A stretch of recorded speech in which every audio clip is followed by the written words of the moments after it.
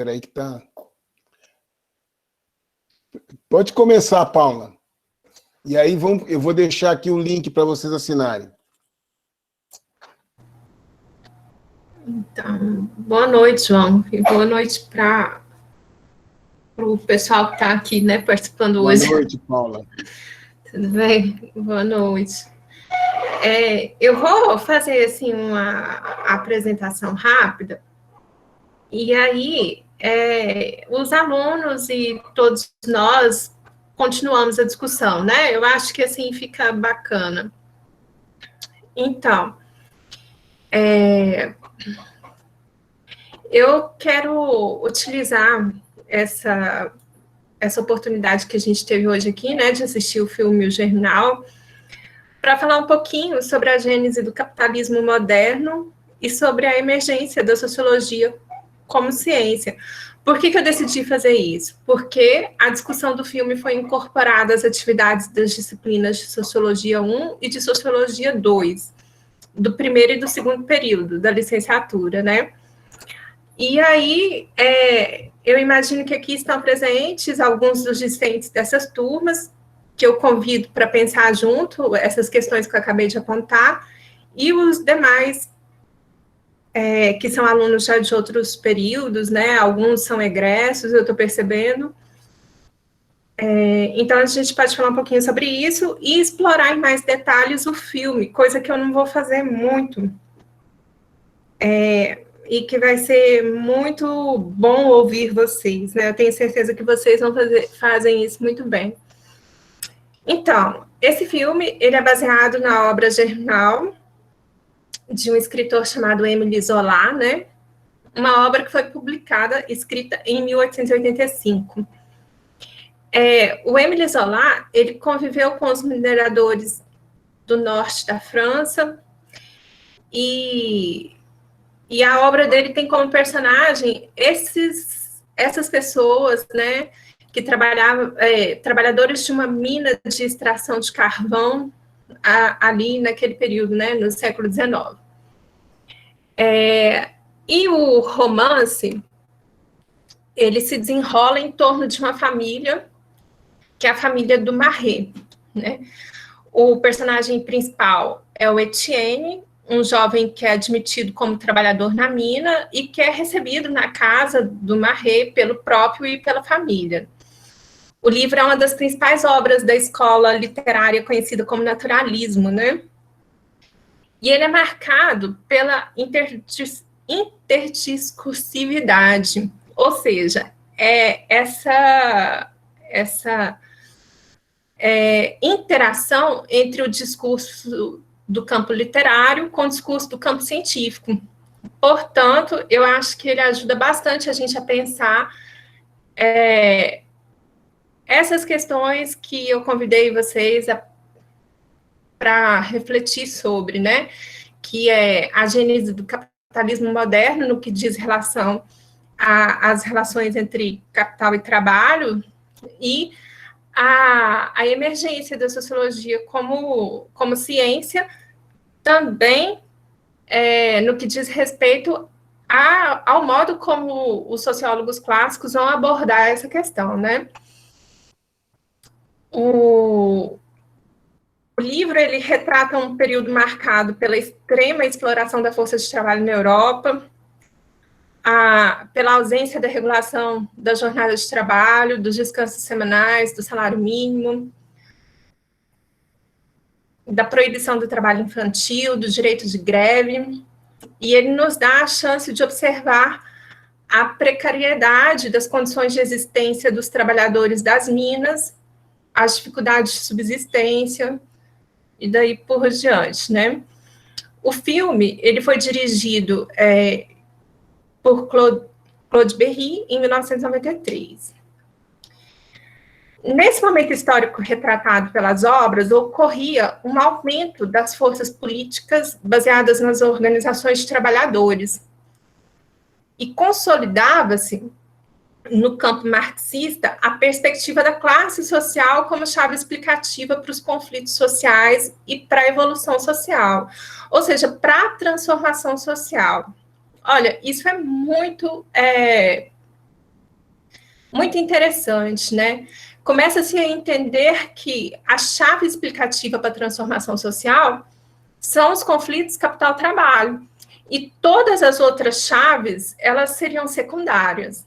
Isso depois vai ser revisto, né, alguns anos depois, a gente sabe, hoje a gente tem muitos outros movimentos que nos parecem bastante importantes para a transformação social, um deles é o movimento negro, outro movimento feminista, e daí por diante, né, mas ali a grande chave de transformação parecia ser esse tipo de conflito. E as obras, né, o filme e o livro, é claro, elas exploram estética e literalmente essa condição de classe dos trabalhadores das minas de carvão. Se a gente for resgatar, e aí eu convido os meninos de teoria sociológica para resgatar comigo a perspectiva da sociologia clássica sobre os conflitos de classe e da condição da classe trabalhadora ali, nesse processo de formação, né? O Karl Marx, ele vai defender a ideia de que a extrema exploração dos trabalhadores, associada ao desenvolvimento das forças de produção, eram as condições necessárias para a revolução proletária e para a transformação social. Então, olha só, a gente tem dois elementos, né? Primeiro, essa condição mesmo de pauperização da força de trabalho, né? O trabalhador naquela condição que é de receber o mínimo, aquilo que é o salário, né? E que garante minimamente a sua sobrevivência. E essa condição, ela passa a se tornar universal, ela é compartilhada com outros trabalhadores à medida que o capitalismo ele vai se desenvolvendo em outras partes do mundo, né? Então, ela passa a ser uma condição compartilhada. Ao mesmo tempo, todos os clássicos da sociologia, eles têm essa... eles são entusiastas, né, com as transformações da sociedade industrializada. Então, o Karl Marx entende que o desenvolvimento das forças de produção também é muito importante para essa revolução proletária e para o estabelecimento de uma sociedade justa, né? Por quê? Porque é a força de produção que libera o trabalhador, não deixa ele amarrado à necessidade de trabalhar para garantir mera e simplesmente a sua sobrevivência. E ali, com o desenvolvimento das indústrias, das linhas de produção, da tecnologia, o que se percebe? Que é possível cada vez se produzir mais e mais, né? Sem tanta necessidade de força de trabalho humana, né? Então, olha só, como que vai acontecer isso para ele, né? Para o Karl Marx. Karl Marx entendia que os trabalhadores e detentores dos meios de produção eram classes antagônicas.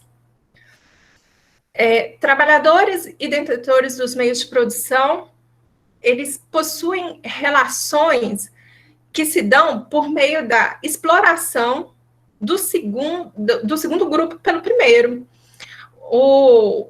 É só assim que esse modo de produção que emergia ali na sociedade moderna poderia se sustentar, na perspectiva do Karl Marx, na exploração da classe detentora dos meios de produção, dos capitalistas, na exploração que eles exerciam sobre os trabalhadores, né? Essa exploração, ela se concretizava graças a uma expropriação histórica que sofreram os trabalhadores dos meios de produção, né?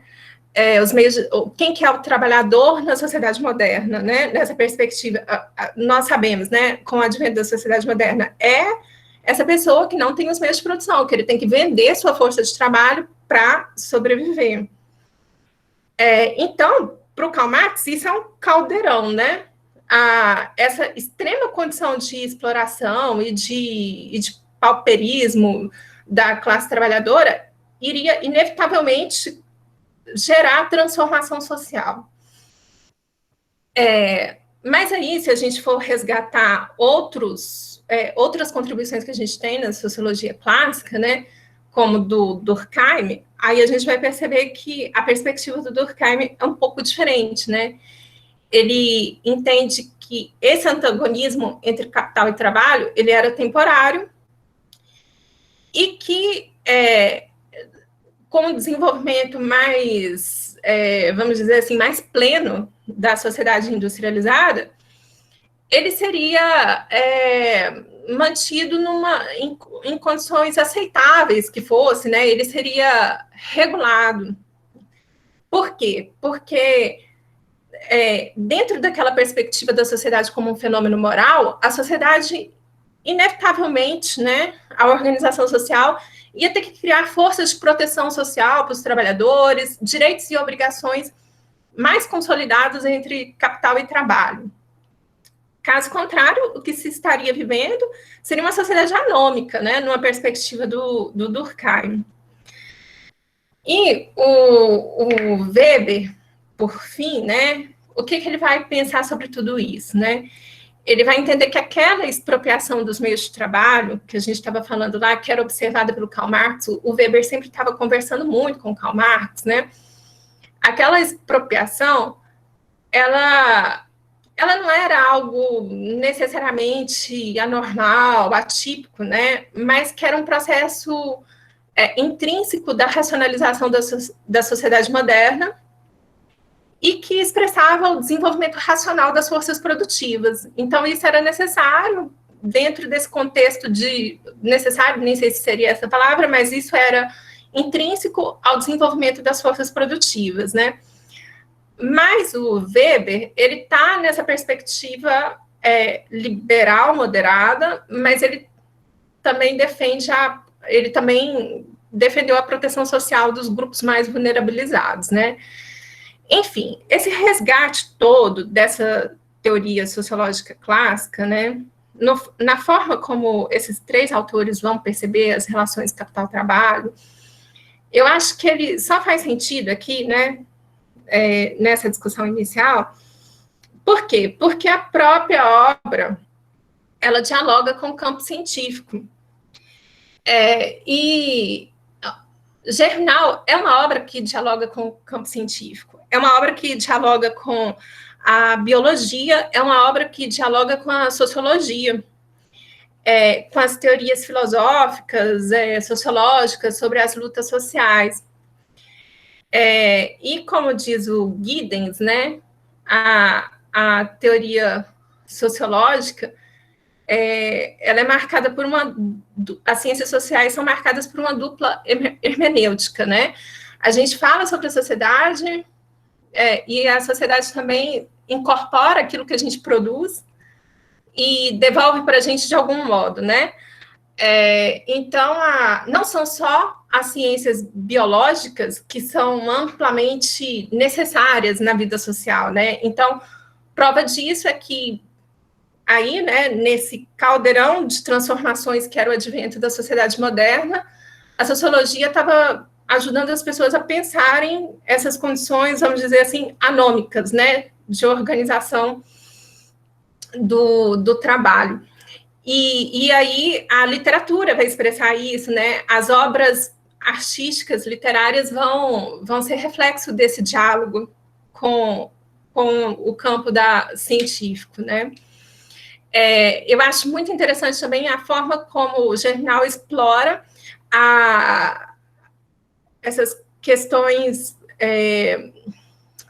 na obra, e aí eu não me sinto tão à vontade para falar sobre isso, né?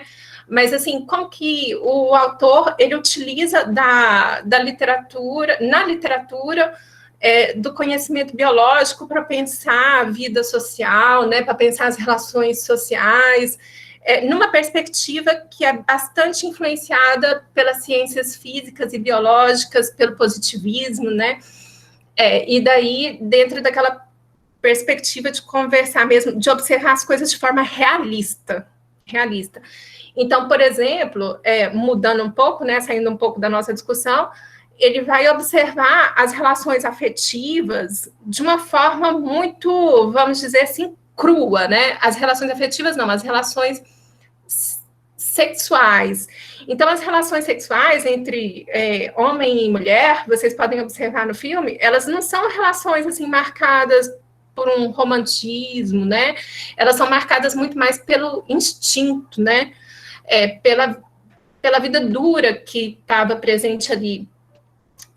E aí, dentro dessa perspectiva naturalista de abordagem, e que eu acho que vocês devem ter percebido em vários outros momentos, né? Eu acho que é isso que torna a obra mais bela e que vocês podem falar sobre, né?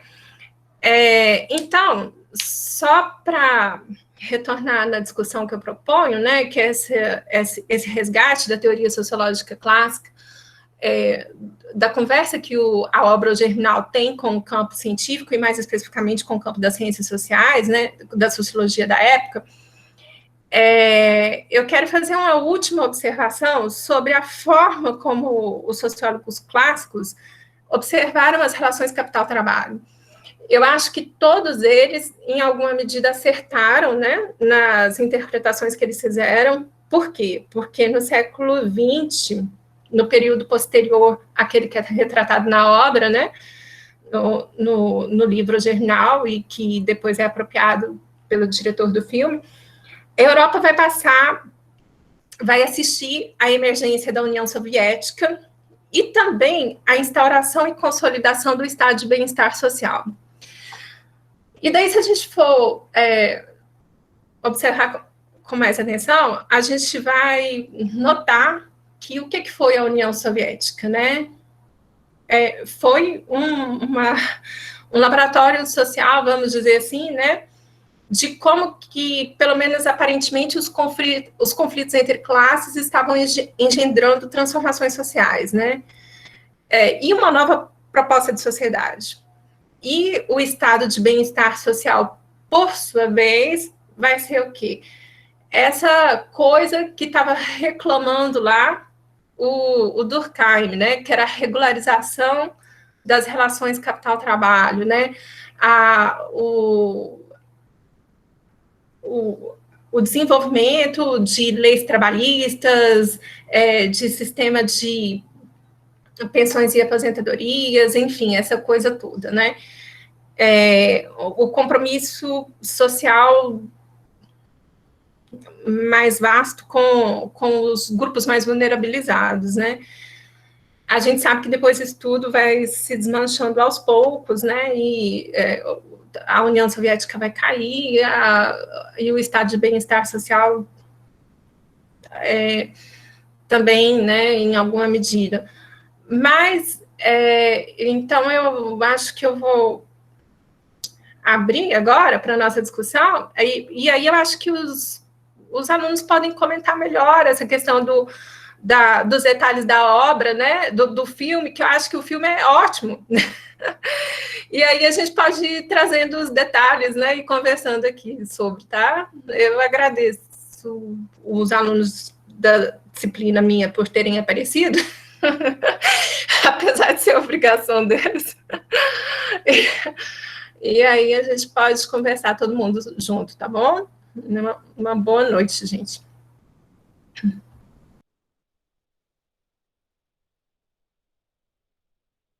Está aberto para participação. Professor, eu queria falar, mas eu vou deixar para falar daqui a pouquinho, porque eu estou cuidando bem aqui de um afazer. Daqui a pouco eu falo, viu? Tá certo.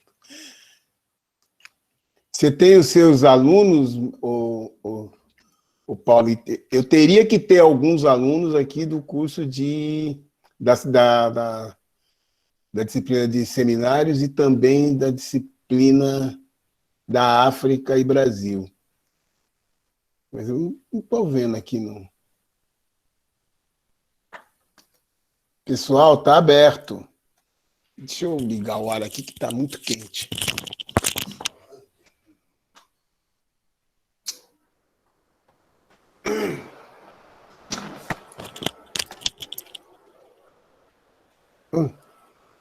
Boa noite. Eu vou começar, já que ninguém vai, parece que não vai falar. Eu tô aqui com um negócio intrigado na cabeça. Bom, o filme, né, eu tive que assistir ele 2 vezes pelo canal do professor, né? Como é legendado, fica assim muito difícil de entender. E eu sou muito demente para filme legendado. Então, o filme Germinal, né? Ele demonstra perfeitamente os aspectos de como a luta de classe, né, a desigualdade social, o início da relação dos trabalhadores com máquinas, a venda da força de trabalho, entre outros aspectos. Mas o que me intrigou, o que ficou na minha cabeça foi porque o personagem não criou um sindicato. Assim, porque se ele tivesse criado um sindicato, eu acho que as coisas teriam sido mais fáceis. Porque, por exemplo, se ele tivesse criado o sindicato, ele teria protegido os grevistas em vista de que se apresentaria como órgão com representantes. Porque, tipo assim, se o personagem tivesse criado o sindicato, né, ele teria evitado várias coisas.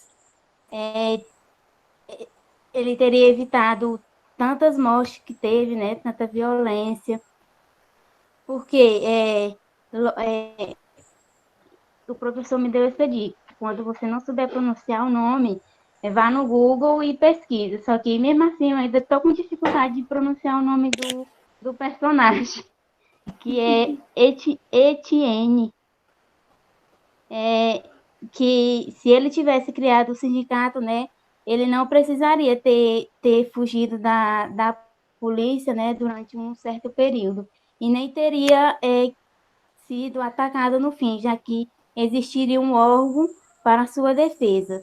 E as negociações com os patrões, né, seriam mais viáveis, já que conversar com um único representante era mais fácil do que ele reunir e ter que conversar com uma multidão de grevistas.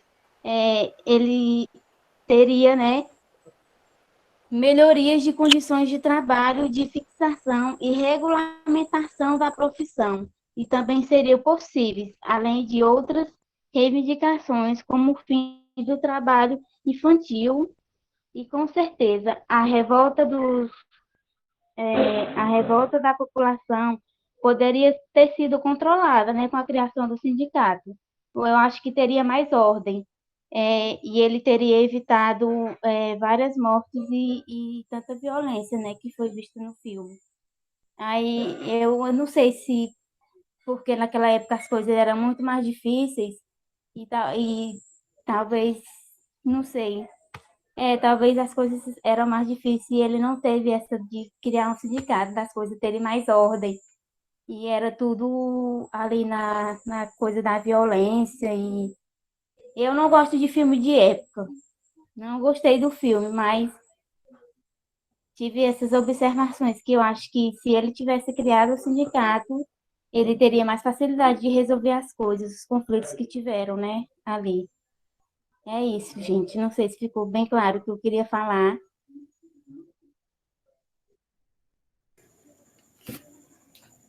Oi, pessoal, boa noite. A minha contribuição com esse filme, que eu queria destacar, é sobre a questão do trabalho, né? De como todos os membros da família, eles trabalhavam desde criança e até mesmo quando eles eram idosos. Porque, como é bem explícito no filme, né? Os misérios salários que eles tinham dava praticamente para nada, né?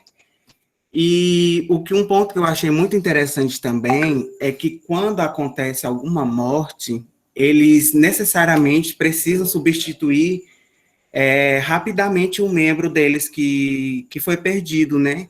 Porque quando um membro morre, a renda que foi perdida, ela reflete muito forte no sustento de todos, né? Então o impacto é assim, é muito grande, né? E outra coisa também que eu queria falar é sobre o nome do filme, que ele é muito tentador, assim, né? Que Germinal, ele dá, assim, uma, uma noção de algo que está nascendo, germinando, enfim. Mas o que é isso, né, que está nascendo? Aí fica essa pergunta para a gente, enquanto telespectador, né? Se é o sistema capitalista, se é a luta de classes, o conflito, né, de classes, se é a resistência operária, né? Então, esse filme, ele deixa essa questão muito atentadora, que cada pessoa pode ter uma visão diante disso, né? E como prova disso, é porque a própria Emily Zola, né? Elas não dá essa resposta para a gente, e nem o diretor do filme, né? Então, por isso que fica essas provocações para a gente pensar no que esse filme traz como conceitos de chave, né? Assim, de uma melhor forma dizendo.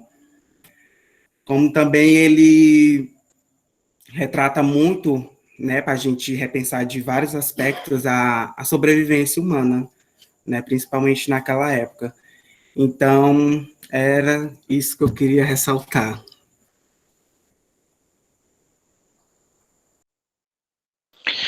Oi, professor, voltei.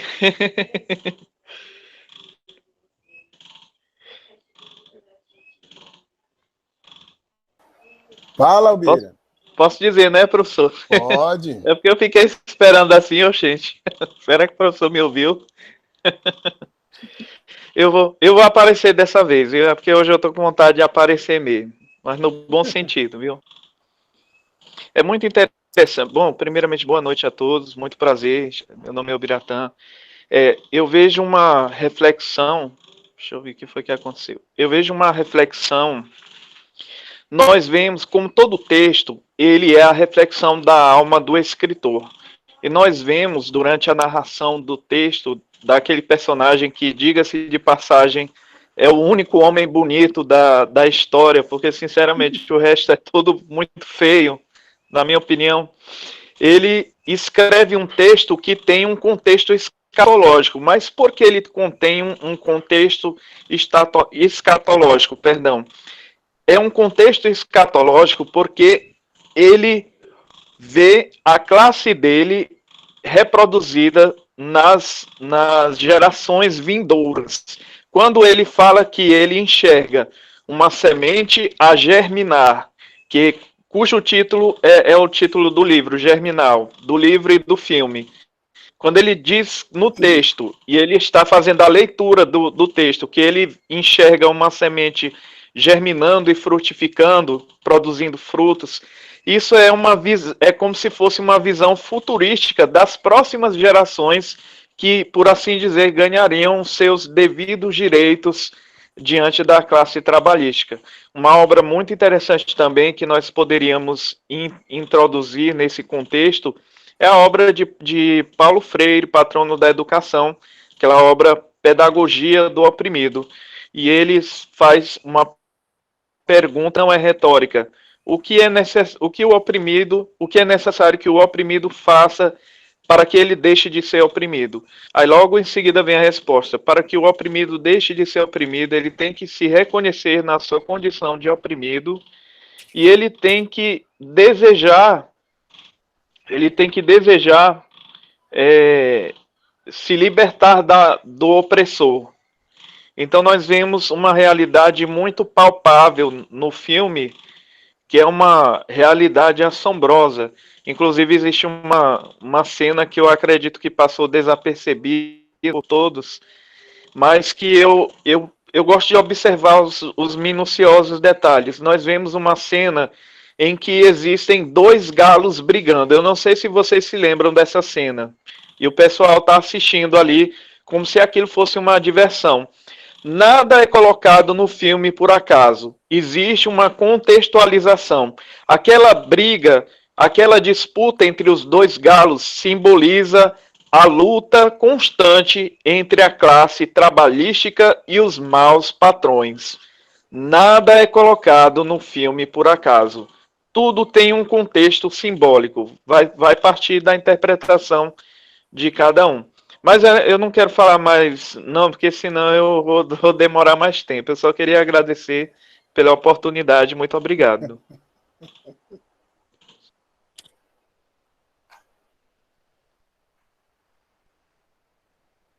Está aberto, pessoal.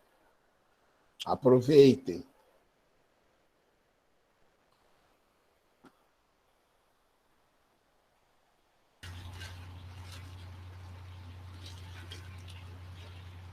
Boa noite, gente. Apareci depois de alguns filmes ausentes, né? Assim, primeiramente, esse é um filme muito bom, Germinal.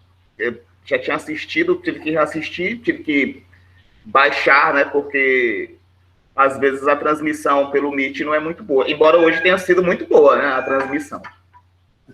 Eu acho que o filme ele tem vários elementos interessantes que nós podemos destacar. Como a Paula colocou a princípio, principalmente reflexões acerca do processo de formação da sociologia, né? Considerando que os 3 principais autores da sociologia, eles tiveram ali como ponto de análise, como ponto de partida, as relações de trabalho.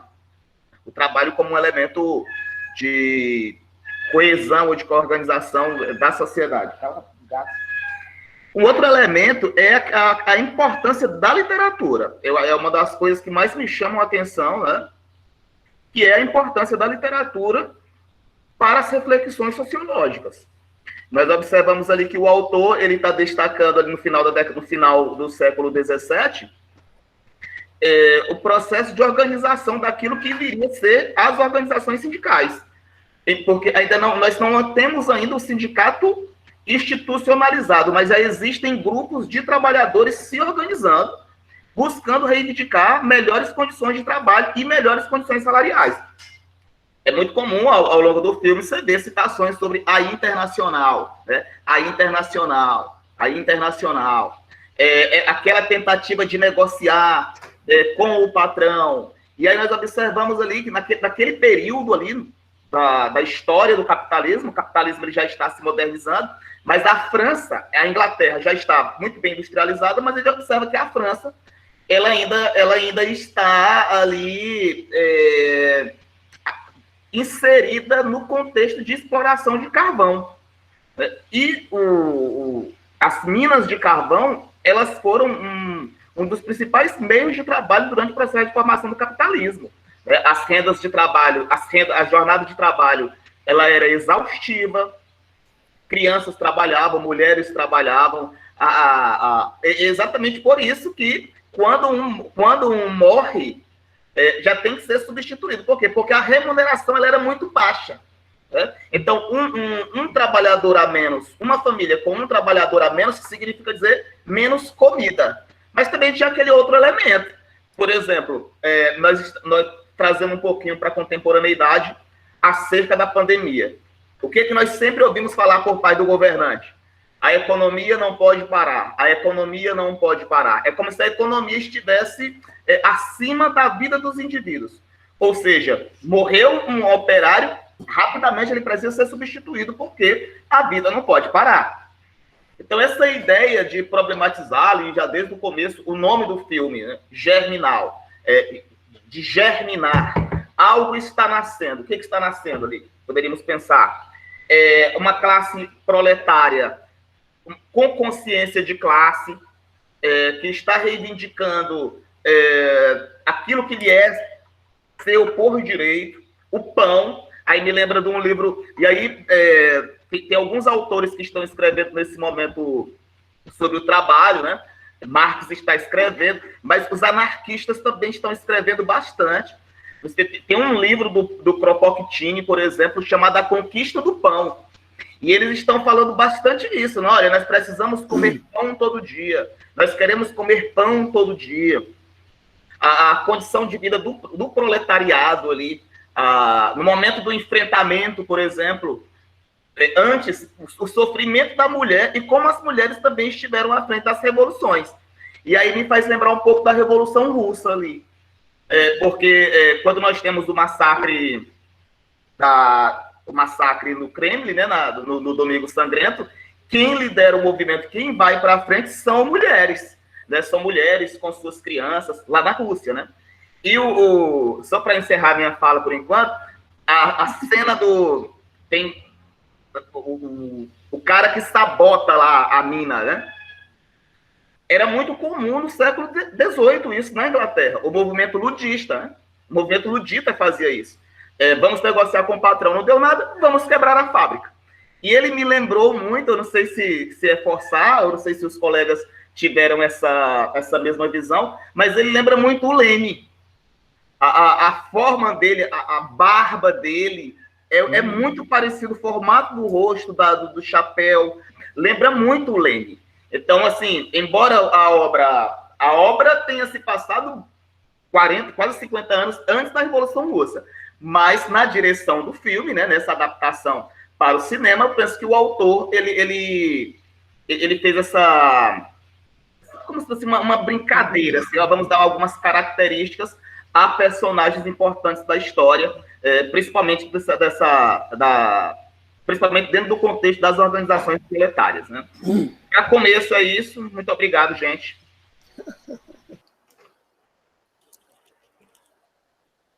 Tá bom. O que mais? Tá produzindo, Paula. Eu acho que a gente também pode ir entrando na conversa, né, João? E dialogando com ele. Eu só queria falar alguma coisa para Cosma, que a Cosma, primeiro, ela perguntou sobre a questão do sindicato, porque, Cosma, você está tendo uma visão muito idílica do sindicato. Primeiro, isso que o Ellison falou é uma coisa a ser levada em consideração. Você está falando do começo, que a Paula mesmo disse, é o começo da industrialização. O trabalho ainda não está nem regulado. Uma coisa interessante dessa obra, né, do filme, é a ausência do Estado, né? O Estado só aparece no final com a polícia. O Estado não está regulando a força de trabalho, o capital e a força de trabalho. E, na verdade, né, você tem uma discussão bastante interessante no filme, que eu acho ótimo que vocês prestem atenção, que a Paula deu essa aula de falar do Marx, dos três porquinhos, né?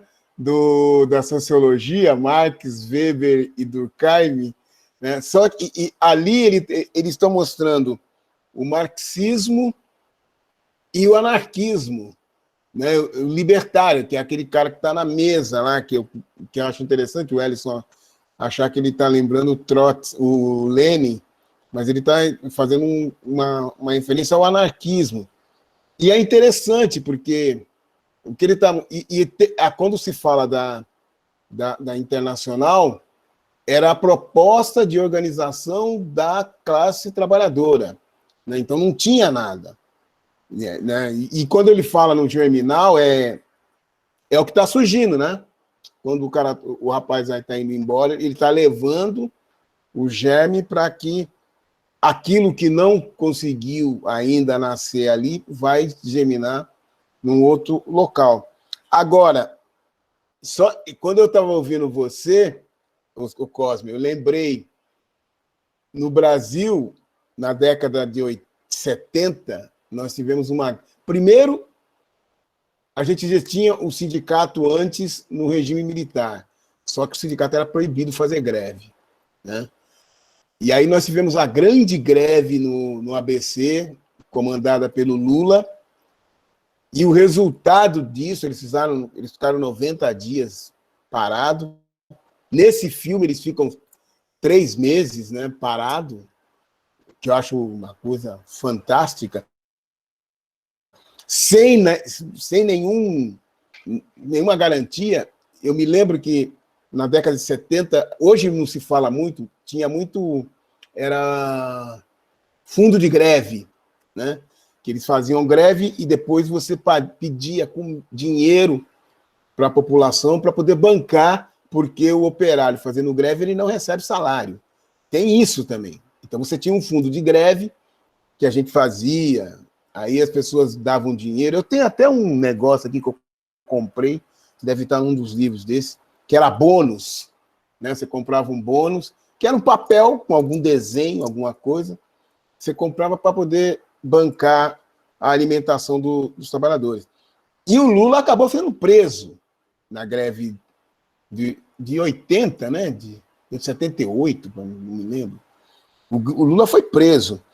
E a nós aqui, Cosmas e alunos, nós, professores universitários, fizemos 2 grandes greves no governo da Dilma Rousseff, as 2 greves de 120 dias, e as 2 greves ela não negociou com o nosso sindicato. Nenhuma das 2 greves.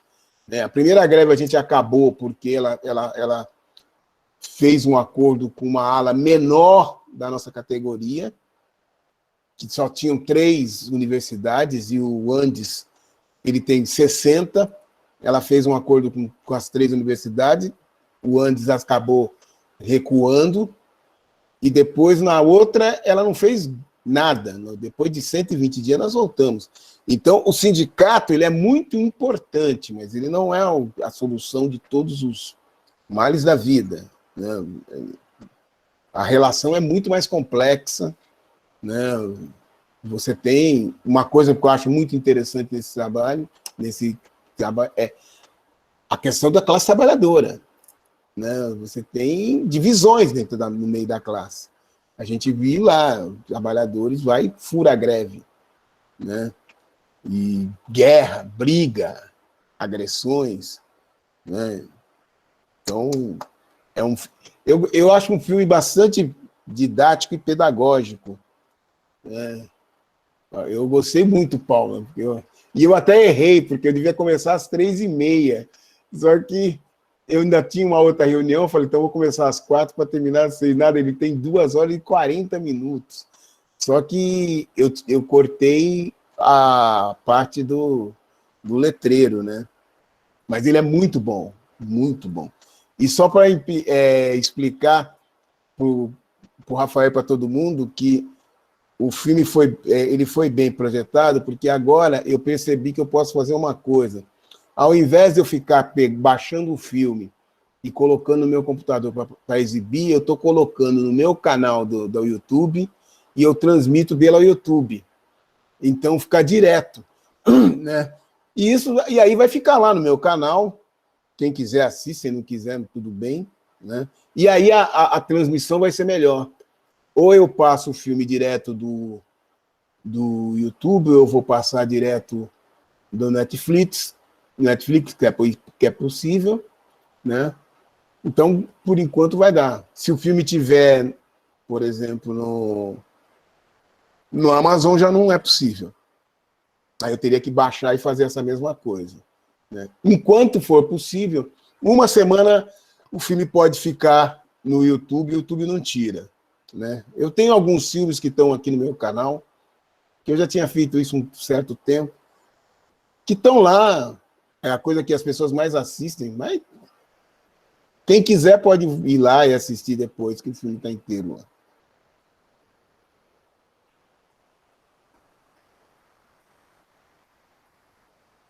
E o que mais, pessoal? Tem uma coisa que eu queria falar também. Quando o Biratã fala assim, os personagens são feios, a Paula deu uma formação, uma coisa muito interessante, que é o naturalismo, né? E, gente, vocês não imaginam o que é trabalhar numa mina. Eu trabalhei numa fundição. E vocês não sabem o que é isso. Eu não aguentei, eu fiquei 3 meses e saí. Né? Por quê? Porque você fica respirando aquele ar com aquele carvão. Quando eu saía do trabalho, você tinha que limpar o nariz, saía um monte de fuligens, saía do nariz, o catarro, era o carvão, né? E o filme é interessante, aquela coisa do banho, né? É um banho que era feito na sala, não importa o sexo, e na mesma água, né? Que a primeira é a mulher, ótimo para ela, depois os filhos, e por último o pai, né? Imagina o pai, eu fiquei imaginando assim, ele sai limpo, não sei como, porque é uma água que já foi super usada, né? Mas o filme e é interessante, porque eles saem todos cheios de fuligem, eles tomam banho e ficam bem. Eles saem limpos, eles saem... Aí eu fiquei pensando, nossa, não é possível, né? Com aquela água, né? Mas o filme quis mostrar exatamente isso. Você não pode olhar para aquele público, para aqueles trabalhadores e achar que são coisas ótimas. Ele quer que você seja incomodado, que você olhe para aquilo e fale, nossa, que coisa horrível. Ele quer que você fique impactado. E uma vez que o Biratã falou são feios, o diretor atingiu o objetivo dele. Era para vocês não gostarem dos trabalhadores, era para olhar e falar, nossa, como eles são feios. Agora, quem era um bonito? A burguesia, que estava nos palácios. Eu achei ótimo, né? A hora que eles estão com guerra, eles estão fazendo uma greve e os caras estão com festa. O pessoal está passando fome, eles estão comendo. Né? Você mostra o que é um almoço, o que é um café da manhã dos trabalhadores e mostra o que é o café da manhã da burguesia. A alienação das mulheres, enquanto as mulheres burguesas são bastante alienadas da realidade, a mulher trabalhadora ela é hiperrealista. É a mulher que não aceita, ela perde toda a família, ela precisa perder toda a família para poder trabalhar. Né? Eu acho um papel muito incrível das mulheres. E da mulher, porque ela perde o marido, perde a filha, perde um filho. Pô, ela só vai trabalhar porque ela só tem um filho doente, parece, e o bebê. E o pai doente, né? Um pai que depois de ficar inválido não recebe pensão. Que eu achei louco, gente. O cara trabalhou 50 anos. 50 anos. E aí eu fico pensando, o que aconteceu aqui no Brasil na proposta da reforma da Previdência? Foi isso. Aumentar para as pessoas trabalharem mais ainda. Né? Eu falei, gente, eu estou passando um filme do século XIX, mas o Brasil é para voltar para o século XIX. Eu falo, já fiz várias lives no meu canal para dizer, nós não temos um governo reacionário, não reacionário, de direita, conservador, nós temos um governo reacionário retrógrado. Ele não quer conservar nada, ele quer retroagir. Ele quer tirar todos os valores que foram conquistados. Isso não tá, né, mano? Isso não é conservador em nada. É por isso que Renato Russo dizia que país é esse. É um sério isso. É mais do que país é esse, né? Diga, Marcos. Boa noite. Eu estava pensando numa obra muito famosa, né, do George Orwell, que é o Revolução dos Bichos, a partir do filme. E o que me fez pensar isso foi aquele cara que estava com a causa, né, e depois que ele consegue uma condição um pouco melhor, ele abandona a causa. Aí eu fiquei pensando nessa questão das relações de poder dentro desses conflitos políticos, né, nesse caso as greves. E eu lembrei muito do romance do George Orwell, da fábula, na verdade, né? Porque no debate contemporâneo sobre política, eu vejo muito o pessoal da esquerda atacando a direita com a obra do Orwell, né? Dizendo, olha que o que aconteceria se a direita estivesse no poder. E a direita pega a obra do Orwell e fala assim, ó, o que aconteceria se a esquerda se manter mais tempo no poder, o que ia acontecer? Aí a obra do Orwell acaba sendo uma faca de dois gumes, né? E eu acho que só revela como essa questão do poder, ela é como é que eu digo? É mesmo essa faca de dois gumes, né? A depender da forma que as coisas se desenrolem. Tanto é que há quem diga agora não vou lembrar o nome do autor, que ele falava mais ou menos o seguinte, é que o poder não deve ser conquistado, mas sim destruído, porque toda forma de poder tem traços de tirania. E me lembra muito essa questão, né, dessa relativização. Porque, embora um lado defenda certas coisas e outro lado defenda outras, quando dá na hora da coisa vivida, normalmente a gente tende para o mesmo rumo, né? Que são homens de poder dominando os mais fracos. Aí eu fiquei pensando muito nessa questão, né? Por causa e também por causa de outras pequenas ações dentro da própria greve, né? Que eram pequenas traições também, né? Como o fato de continuar trabalhando e tal, que seria uma forma de estar mantendo aquele sistema, né? Querendo ou não, né? A gente sabe da dificuldade que seria. Na verdade, a gente nem sabe, né? A gente só tenta se colocar no lugar, mas não consegue, né? Porque mesmo que a coisa hoje seja ruim para nós, né, da classe C, e principalmente para quem está abaixo da linha da pobreza, a gente não tem uma referência para comparar, né, com aquela situação ali. Mas se a gente pegar no geral, são pequenas traições, né? Mas o que ficou mais significativo para mim foi aquele cara que traiu o movimento quando conseguiu uma posição um pouco melhor. Aí me fez pensar essa questão do poder nesses dois lados.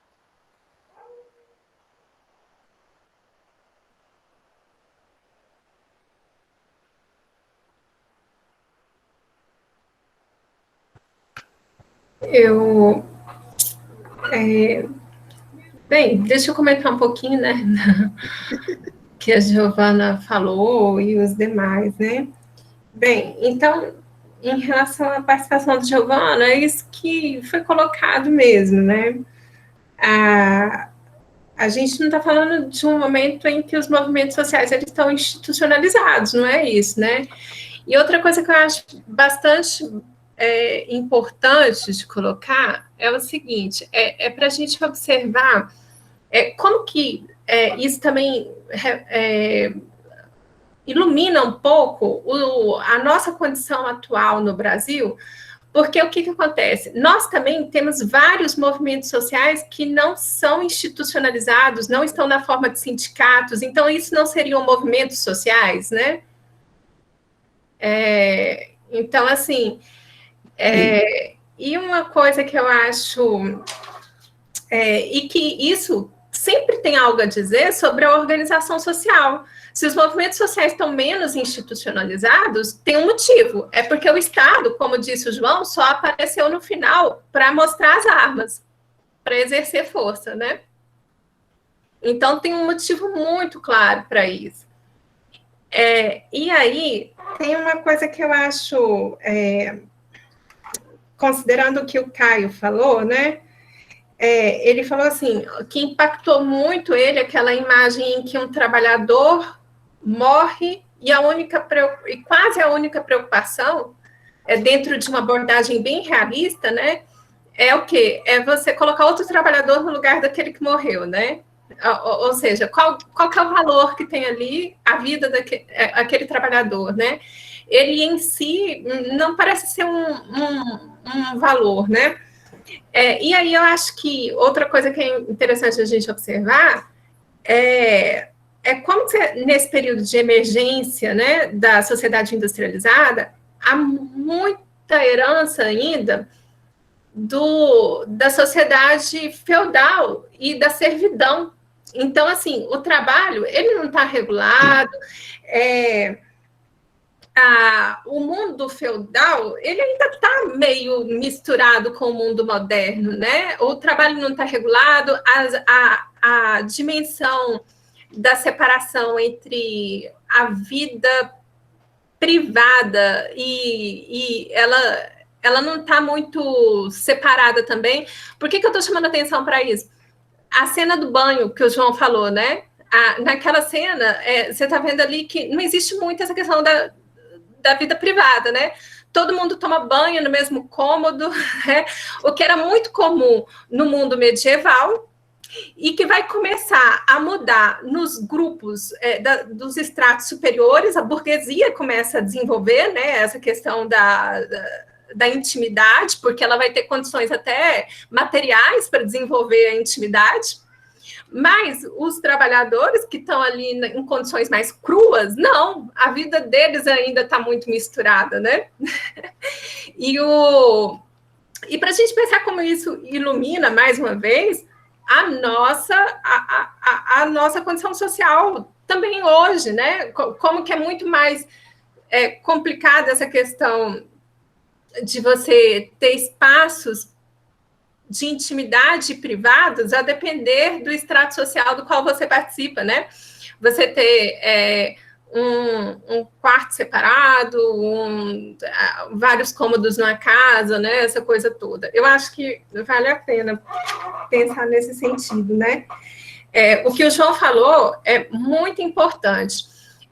A riqueza do filme e da obra está nesse diálogo que o Émile Zola tem com as teorias socialistas, com o anarquismo, essa a grande riqueza, né? Eu decidi abordar por outro lado, por quê? Porque a gente aqui, nos períodos iniciais, a gente está começando a conhecer o Karl Marx, né? Mas a grande riqueza é essa mesmo. E aquele diálogo lá do anarquista com o outro é muito interessante. Como assim? Como você está pensando que você vai conseguir dialogar com o capital? É melhor sabotar logo o capital, né? Não tem esse diálogo possível, né? Isso não vai acontecer.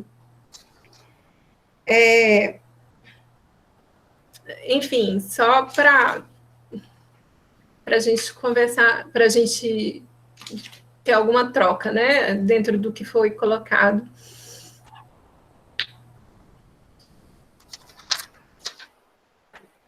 Tem uma coisa que eu levantei também, que foi interessante, Paula, que é o seguinte: tem um livro do Engels, e o Marx também fala sobre a classe operária na Inglaterra, né? E o Marx vai falar da classe operária na França. E o que eles vão discutir nesse período é a exploração do trabalho infantil, né? E nesse filme, o que chama mais a atenção de como é que era, trabalhava a família inteira, trabalhava a criança, trabalhava a mulher, a única que não trabalhava ali era a mãe, no final ela vai porque só sobrou ela, né?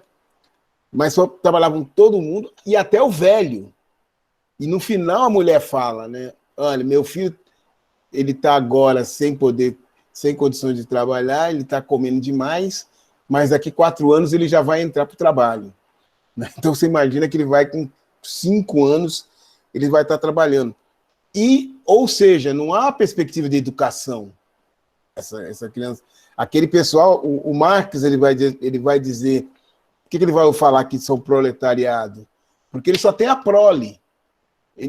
E a casa também não são deles, né? A casa são dos donos da casa, quando ela vai pedir comida, ela vai pedir ajuda. E é interessante, né? Você dá uma ajuda como se fosse uma esmola, e quando ela fala assim, olha, eu estou com dificuldade, não posso fazer nada, o cara diz assim, mas vocês gastam muito. Só que é engraçado eu assistir esse filme e ver o Guedes falar isso agora. O problema do Brasil é que a empregada doméstica está indo para a Disneylândia. Quer dizer, o cara está falando isso em um filme representando o século XIX, e o cara fala isso agora. O problema do trabalhador, que o trabalhador brasileiro quer viajar muito, ele quer curtir demais. Quer dizer, você não tem o direito a isso, né? Você não pode ter esse trabalho. E o cara fala com a outra tranquilidade. Vocês gastam muito. E ele fala para quem você gasta muito, para quem está dizendo para ele assim, eu estou passando fome, eu não tenho o que comer. Ora, não coma tanto pão, vocês exageram na comida, né? E eu até escrevi assim comigo, falei, é uma alienação, mas não é uma alienação, isso é uma questão de interesse, né? aqui no Brasil hoje, por exemplo, para quem apoia esse desgoverno, não acha que tem grandes problemas 520 mil mortos. Ora, como o próprio presidente disse, todo mundo morre. Vai fazer o quê? A morte está aí. Né? E aí vai ficar lamentando por quê? É muito mimimi. Né? Parece mentira, mas é o que está nesse filme. Na hora que a polícia chega e o cara fala, vocês vão atirar em franceses? No começo o cara diz, ele recua, mas depois ele mata os franceses. Ele atira. Né?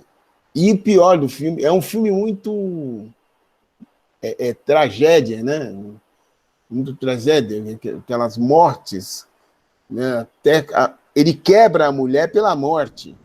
É Você trágico, olha, né? é trágico, porque, gente, aquela mulher, quando ela fala pro rapaz lá, que eu não guardei o nome, mas que é o principal, depois do pai de E lá, ela fala assim, agora você vai querer me criticar, né? E o cara fala, não, como é que eu vou te criticar? Você perdeu tudo, você não tem mais nada. Ou você vai trabalhar, ou você vai morrer de fome. Né? E acabou. E o filme termina germinal, quer dizer, a germe da luta foi plantada. Ao mesmo tempo, ele é otimista, né? Ele fala, olha, nessa desgraça toda ainda vai surgir algo que, sei lá. Mas é assim, viu? Eu acho que a gente acaba sendo isso também, porque... Eu eu vi algumas análises, né, sobre aquele final lá, e eu achei muito interessante, porque, assim, o compromisso ideológico dos grupos que estavam ali envolvidos com as lutas proletárias, né, era de transformação social, né, e até o fim, né, mas tem quem está falando com a gente ali é um escritor, né? Quem está falando com a gente é um escritor. E a literatura, ela tem liberdades que talvez a ideologia política não tenha, né? E aí é muito interessante, porque, assim, o personagem do Etienne, ele é um personagem meio irresponsável. Porque o que ele faz? Ele coloca todo mundo na luta, todo mundo morre, né? Um monte de gente morre, e daí, de repente, lá no final, ele fala, a semente está plantada, né? É como se aquela luta fosse uma luta lá dentro do livro, né? Do jornal, é uma luta que favorece muito o próprio ego dele também, sabe? É uma crítica à construção ao líder também. Por quê? Porque o líder, é claro, ele também age por prestígio, né? Tem uma questão... então, assim, a literatura também trabalha nesses termos, né? Ela problematiza essas coisas também, né? Então, isso é muito genial também, eu acho. Assim, né? Eu acho. Né? Mas sabe o que é, Paula? Eu vou olhar para mim. Quando eu comecei a militar, a gente estava no regime militar, né? Eu me lembro que um dia eu fui fazer uma pichação de madrugada, né? Então, 2 amigos ficavam na esquina e a gente pulou o muro de uma escola para pichar não só abaixo de ditadura, mas um encontro de estudantes secundaristas. Uma doideira. Né? E foi interessante, porque a escola que a gente invadiu para pichar, um rapaz, a namorada dele estudava lá, e ele pegou e pichou, fulana de tal, eu te amo. E aí, quando a gente estava indo embora, ele contou para a gente falou, você é louco, tal. Óbvio, chegou no dia seguinte, a direção chamou a menina, polícia, tal, e a menina tinha 14 anos, né? Mesmo assim, chamaram a polícia, faziam aquelas coisas doideiras. E aí, a gente estava numa luta pela democracia, até que chegamos e conseguimos. né? Hoje temos, né, nessa loucura que o Brasil está, mas a gente conseguiu um país democrático, vivemos uma Assembleia Constituinte e etc. O apartheid, eu apoio a luta do apartheid desde 82. E aí um dia eu peguei um vinho, eu não me lembro bem onde foi, eu ganhei um vinho, aí eu cheguei em casa, botei esse vinho na minha geladeira e falei, só vou beber esse vinho o dia que o apartheid acabar. E o apartheid acabou, e eu bebi o vinho. Então, tem essa coisa de você ter um pouco de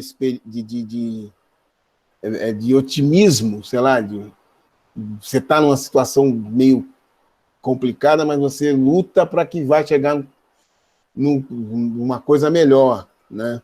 Às vezes você pode nem ver, mas que vai chegar. Talvez o filme seja isso. Isso que você falou, Paula, é um pouco pior, né? Porque o Etienne, ele chega, começa a trabalhar, infla todo mundo, participa do movimento, e depois ele simplesmente vai embora. Né? Quer dizer, então... E ele diz o começo, quando ele está falando com a mulher, eu já vim de outro lugar que eu também já organizei e foi embora, saiu e veio para cá. E aí ele está indo embora. Né? Quer dizer, ele pode ser aquele cara que vai semeando as coisas, né? E vai sumindo. Não. Aí fica um pouco de... Não é de irresponsável, porque ele participa. Ele quase morre na mina, né? Com a menina. Sim. Ele quase morre. Não é que ele é um camarada que ele não entra, ele participa mesmo. No final, ele volta para trabalhar, porque ele fala para a menina, não, se você vai trabalhar, eu também vou. E é muito duro aquilo, porque é que os alunos aqui estão aqui, e a maioria aqui é novo, e nunca participou desse negócio de você fazer uma greve. Você participou, Paula, né? É uma coisa horrível, né? A gente ficar 120 dias parado, depois você volta. É. Mas não é voltar só, é voltar sem ter ganho nada. É. Né? Então, eu me lembro na USP, quando eu estava trabalhando, quando eu estava fazendo a minha graduação, eles fizeram uma greve de 90 dias. Eu até me lembro da professora que ela falava assim, que o motivo deles pararem na greve era que um professor estava dando aula e, de repente, tinha um aluno na pós-graduação que ganhava mais do que o professor. Né? Então, eles falaram, não, estamos ganhando muito mal. Né? E aí eles ficaram 90 dias em greve. Se não me engano, eles só ganharam alguma coisa porque o pessoal foi para o palácio do governo e aí o governo recebeu a bala. Jogou o cavalo em cima, e aquilo queimou muito o governo, e aí eles tiveram que dar um reajuste. Né? Mas foram 90 dias de greve, uma coisa tensa. Né? E aqui, quando eu vi, estamos 2 meses, eles estão passando fome. O cara chega lá no bar, naquele negócio que eles iam comer, uma birosca lá e tal, o cara dá uma sopa para ele, eles estão passando fome, eles estão esfomeados. Né? Quando eles voltam de cabeça baixa, sem nenhuma perspectiva. Eu olhei e falei, nossa. E aqui isso que você falou, Paulo, é muito importante.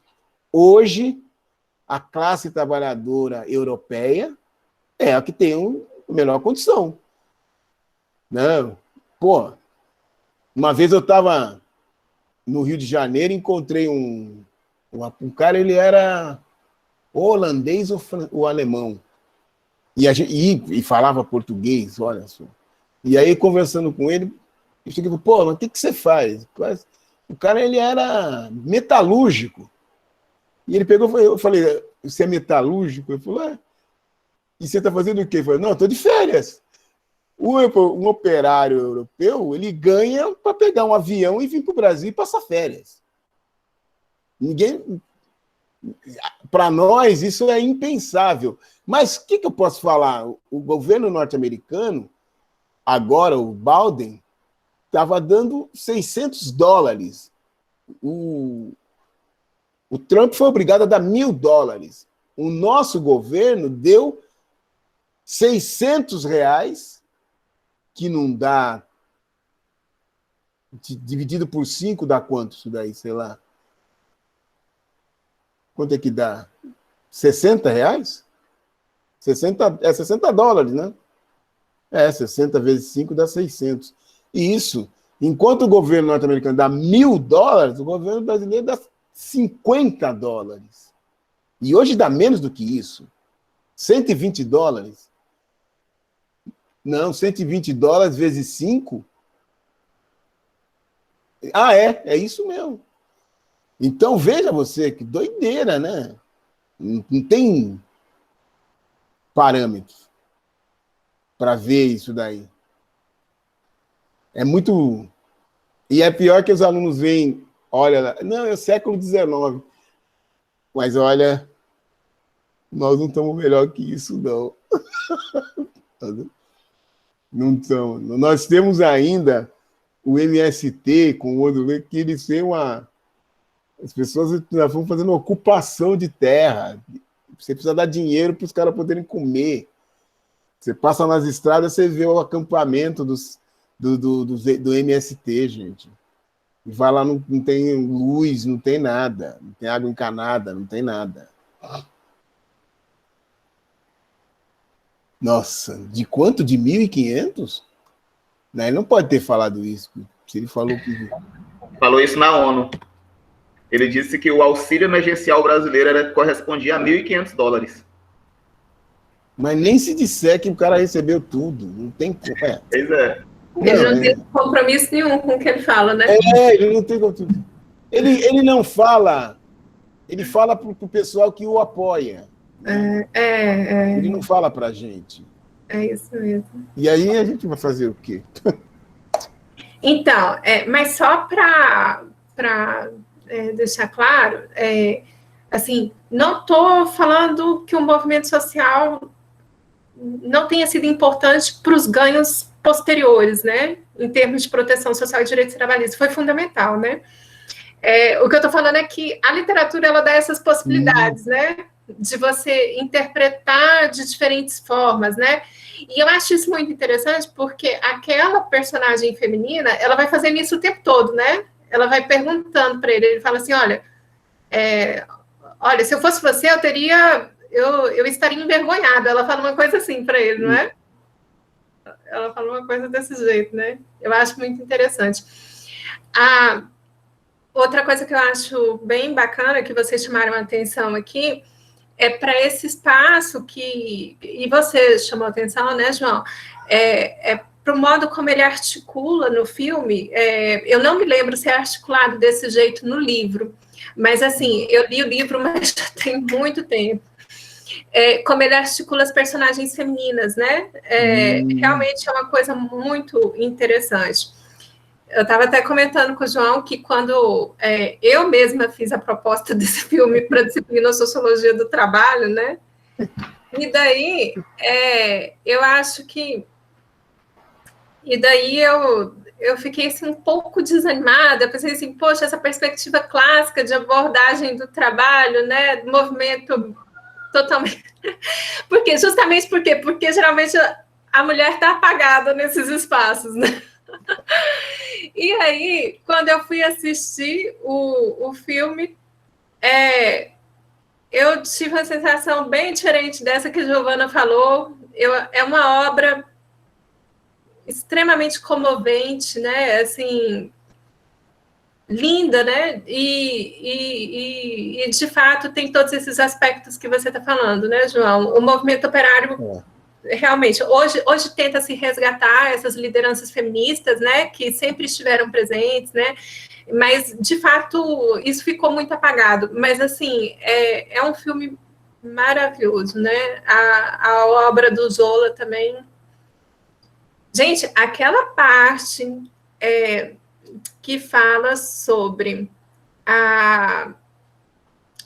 os dias que eles passaram presos dentro da mina, no livro, aquilo são páginas e páginas. É sufocante por conta do realismo, né? Assim, então, assim, você se sente sufocado durante a descrição, né?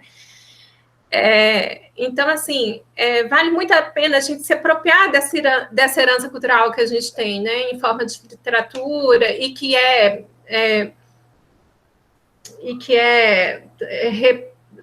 retratada, e que o pessoal da cinematografia se apropria, né? Eu acho que vale muito a pena, né? E a gente se dá o espaço de receber isso, né? A Lília, a minha...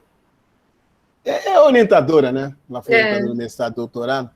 Ela sempre dizia uma coisa que eu concordo. Ela falava assim, existe literatura boa, não livro... Ela falava, literatura ruim é boa para discussão, mas o que eu acho muito interessante, ela sempre usa a literatura, né? E eu acho... Eu estava vendo agora aqui, olhando para trás, você sabe que eu acho que eu não li o Germinal? Eu acho que eu não li o Germinal até hoje. Agora fiquei com vontade de ler. Eu estou há 3 anos ou mais lendo Os Miseráveis, né? do Victor Hugo, que tem 2.000 e poucas páginas, né? E agora, na verdade, eu estou quase terminando, faltam 100 páginas. Mas, e isso é importante, a gente ver essa literatura, e os alunos também. Eu acho que o aluno de Ciências Sociais tem que ler o máximo possível, e é onde a gente vai ter muitas informações. Essa obra é ótima, você vê o século XIX, né? Você vive o século XIX. Eu gostei disso. E que você falou uma coisa, né? É um realismo bom, né? É aquele realismo que você procura tentar mostrar, aquela coisa de você toma banho, não é na sala, mas o que eu acho mais interessante é a hora que a mulher grita para as filhas, filha, o que você está fazendo? Eu estou costurando. Então não desce que seu pai está tomando banho. É óbvio que as crianças dão risada, porque e daí? Ela estava tomando banho e o pai estava ali, né? Então ela sabia que não era o banho, eles iam fazer sexo, né? Mas eles dormem tudo lá em cima, né? Então é uma coisa... tudo está fechado. E aí, quando você vê a burguesia, são 3 andares naquele palacete, o cara subindo. Então, isso que você falou, é óbvio que você vai ter a questão da porque o cara pega o perfume e descobre que a mulher dele está traindo. E ele olha, o problema não é o pão. Quer dizer, para ele não é o pão. Ou seja, você olha, e aquela morte daquele padeiro, tem outro problema, né? O potencial da classe trabalhadora ali, é muito cruel. É contra ela mesma, né? Ela destrói tudo ao redor dela. Ela quebra a máquina que dá o sustento para ela. E depois ela volta. Não, é uma crueldade. E como essa mercantilização das relações sociais vai tornando os estratos que se favorecem disso indiferentes, né? Aquilo que você estava falando, né? Olha, o pessoal está lá se manifestando do lado de fora e a burguesia, vamos dizer assim, está num banquete. Eles estão prestes a serem... a sofrerem talvez até violência física e a mulher está trocando carícias com o amante dela. Porque ela se protegeu e ela está indiferente àquilo tudo, ela acredita que ela vai sair ilesa, né? Que nada vai acontecer, né? Então, assim, é muito interessante. E cruel. Embora cruel. Embora cruel, né? É muito cruel. Né? Diga, Biratã. Professor, aquela teoria chamada mais-valia foi fundada por Emile Durkheim, foi? Não. Não, isso é o Marx. É o Karl Marx, né? Karl Marx. Não é uma teoria, né? Ele está dizendo que o trabalhador ele produz e ele produz a mais, que é o lucro do patrão. Entendeu? A mais-valia nada mais é do que o lucro. Que, na verdade, é a hora que o patrão fala para eles. Né? Que não é o patrão, é o empregado, né? Que aquele cara é um representante do dono da mina, quando ele fala: pô, vocês estão querendo acabar com a empresa, vocês estão querendo quebrar. Eu acho fantástico isso. Eu não posso te pagar mais, o cara não puta de um palacete, numa situação maravilhosa, falando para os caras com uma miséria, vocês estão querendo me quebrar, vocês estão querendo que eu passe fome. Falei, isso daí... A gente fica pensando, é surreal. Não é surreal. As pessoas usam isso, como esse argumento é usado até hoje. Pô, você está querendo me quebrar? Onde já se viu? Não sei para... E as pessoas gostam, né? O cara fala, meu patrão é bonzinho, meu patrão é legal, meu patrão me deu um aumento. Eu fiz essa pergunta, professor, porque eu já pertencia ao sistema capitalista. Eu posso falar com um pouquinho, não com tanta propriedade, mas eu posso falar com um pouquinho de propriedade.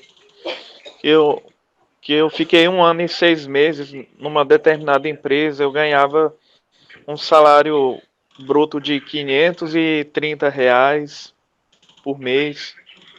E eu via o sufoco de quem era vendedor, pelo menos em todos os setores, mas principalmente no setor de calçados. Porque a pessoa tinha que atingir a meta de R$ 50 mil durante o mês.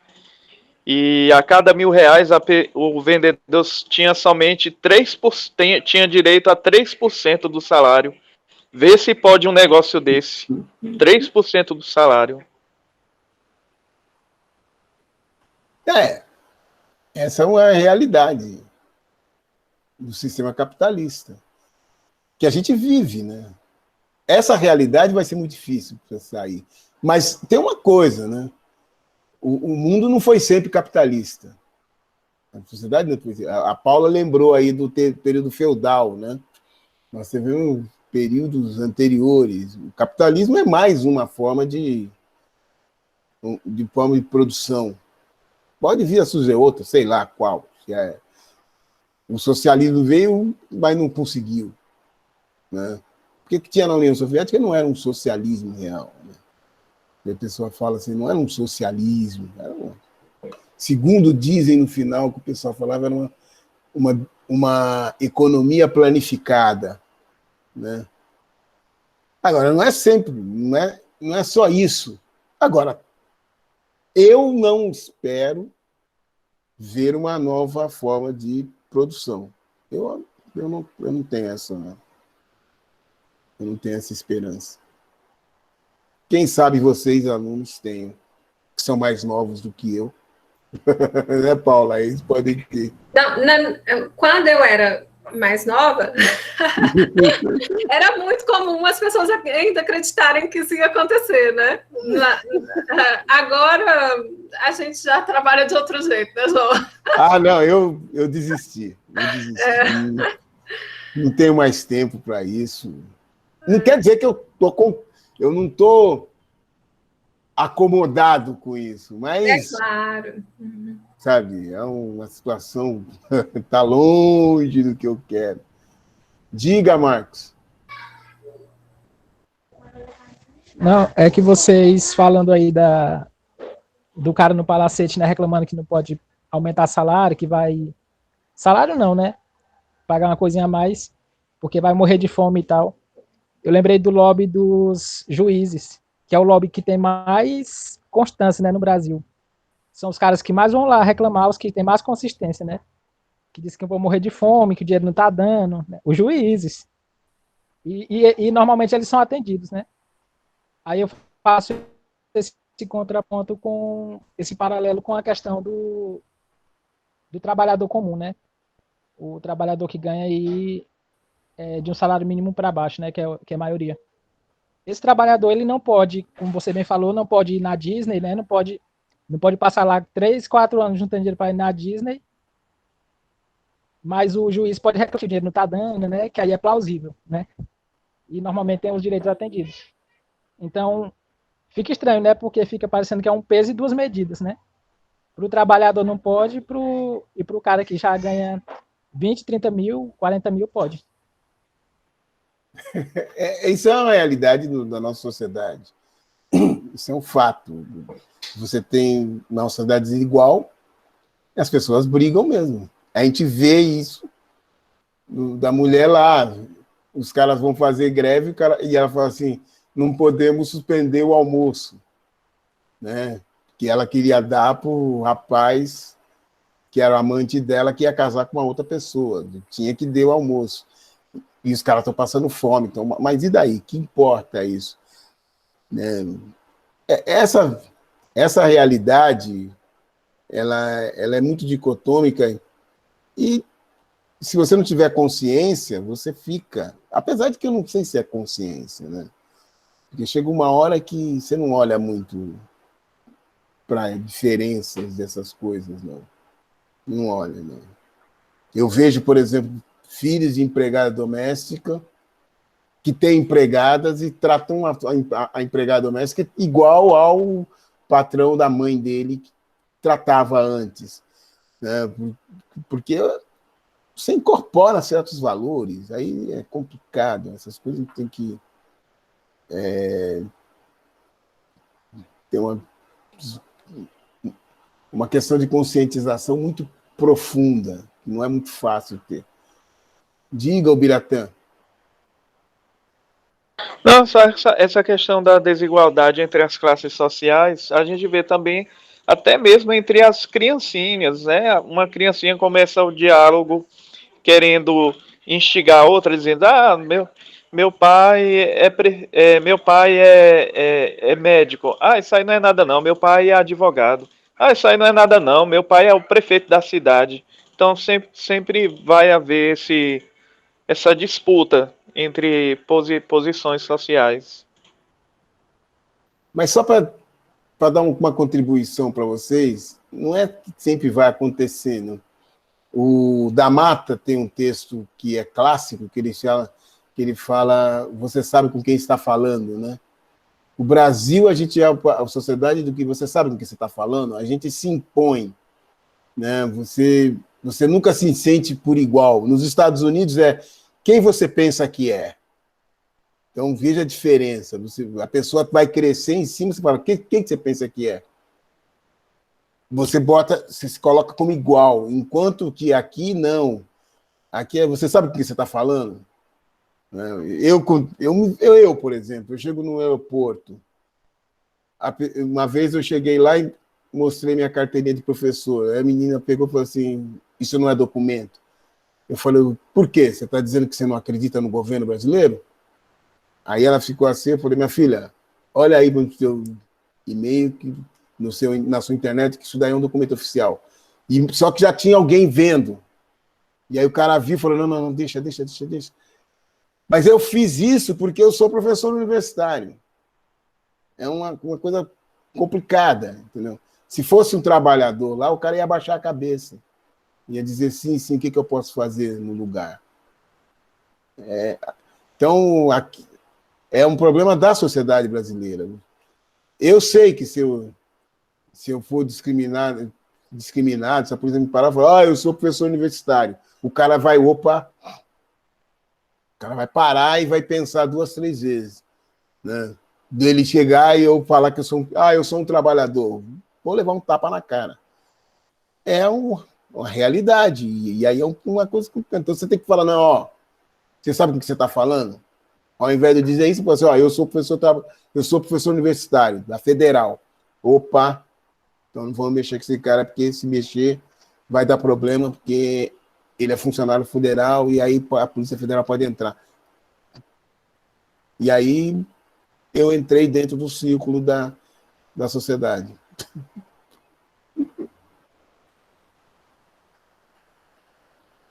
Mais alguém?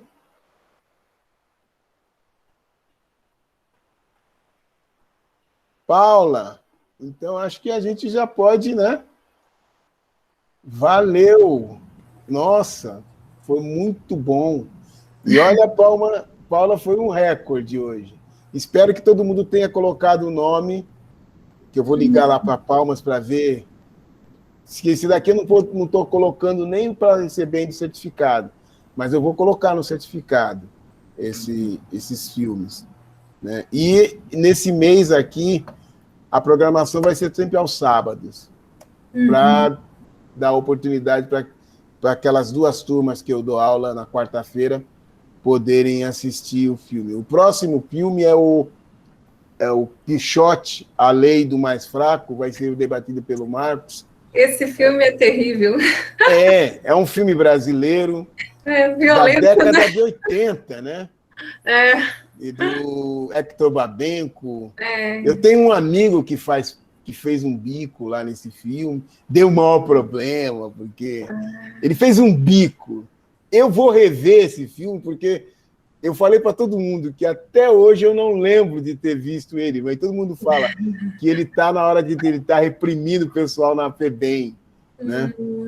Mas é um filme muito bom e também 2 horas de duração. Esse é 2 horas.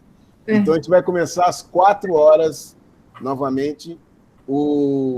Se esse filme tiver na Globo, lá na Globosat, eu acho que está na Globoplay, a gente passa direto. Se não, eu baixo e coloco no YouTube.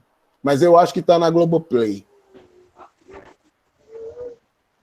Ele foi subido recentemente para o YouTube. Ele Alguém foi? colocou recentemente no YouTube. Foi. Então melhor ainda. Então a gente trabalha com essa... Eu vou ver qual que está no YouTube, porque tem uma cópia no YouTube que deve estar em inglês, que ela tem uma legenda em inglês, mas há muito tempo que eu assisti, não gostaria. Tem um momento lá que tem inglês, mas eu prefiro que seja em português. Diga. Professor, que dia que o senhor vai emitir os nossos certificados? Não, o certificado é só no final do ano ou no começo do ano, entendeu? Como está no projeto e está no programa da universidade, eu vou fechar a última em novembro, eu acho que já em dezembro eu fecho e já libero os certificados. Certo. Então dezembro. São quantas horas de regência? Não, na verdade, se fosse quando era da UFT, o que eu fazia pela Prograde, eu que decidia quem recebe ou não, sempre fui eu que decidia. Eu sempre coloquei, assistiu 3 filmes, 4 filmes, tem direito ao certificado, né? Agora, eu acho que tem que ser 25% de assistir, mas são 30 filmes, né? Então, 3 filmes, 4 filmes já dá direito ao certificado, eles liberam. Mas eu nem tenho controle nisso, né? Porque eu estou colocando a presença de vocês lá e depois eu só vou clicar para liberar o certificado. Ele já manda o certificado para vocês. E quem está na minha turma, acho que deveria ter falado alguma coisa, mas não falou, né? Então agora tem que escrever. E é uma obra só de anotações desse filme, Paula, eu enchi 2 páginas de casos, coisas importantes que dá para discutir, que não dá nem para falar, é muita coisa. É um filme muito rico. Muito rico. Assim. Eu Deixa eu até parar a gravação. Satisfeita de ter participado desse momento aqui do Cineclube. É a primeira vez que eu participo de uma atividade desse tipo.